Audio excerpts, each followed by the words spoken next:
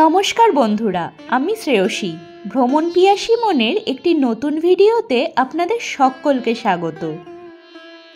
শান্তিনিকেতন এর রাঙামাটির টানে আমরা অনেকেই বারবার ঘুরে ফিরে আসি, কিন্তু আমরা অনেকেই হয়তো জানি না এই শান্তিনিকেতনেই আছে একটি ছোটোখাটো রাজবাড়ি। চলুন তাহলে আজকে আপনাদের নিয়ে যাই সেই রাজবাড়ির দোরগোড়ায়। তাহলে চলুন ভিডিওটা শুরু করা যাক।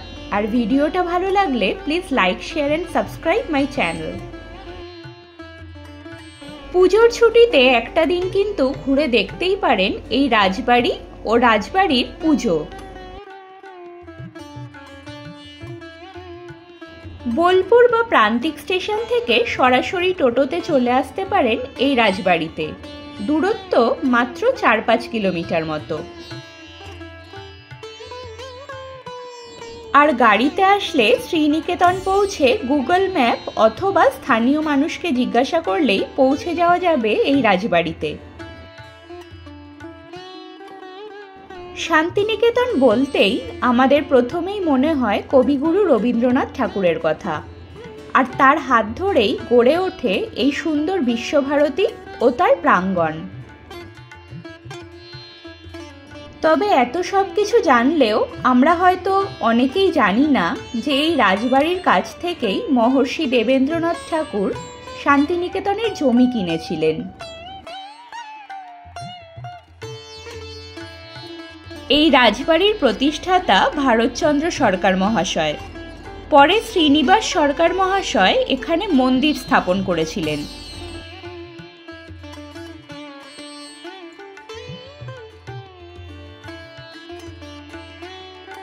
আজও জাঁকজমকভাবে দুর্গাপুজো হয় এই রাজবাড়িতে। এই পুজো শুরু করেছিলেন ভারতচন্দ্র সরকার মহাশয়।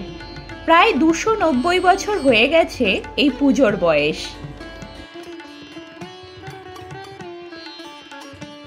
ঠাকুর পরিবারের সাথে বরাবরের সুসম্পর্ক ছিল এই সরকার পরিবারের। আর এই সুরুল কুঠিতে বসেই রবীন্দ্রনাথ ঠাকুর অনেক গান ও কবিতা রচনা করেছিলেন।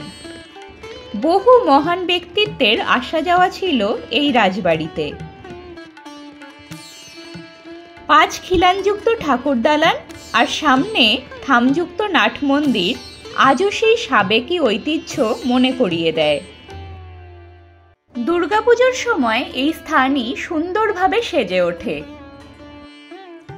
তবে সুরুল রাজবাড়ি ঘুরতে আসার অন্যতম আকর্ষণ শুধুমাত্র এই রাজবাড়ি নয়, আছে এই বাড়ি সংলগ্ন পুরনো টেরাকোটার মন্দির।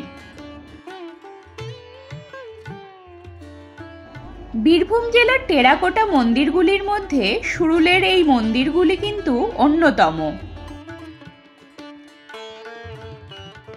আছে লক্ষ্মী জনার্দন পঞ্চরত্ন মন্দির ও জোড়া শিব মন্দির।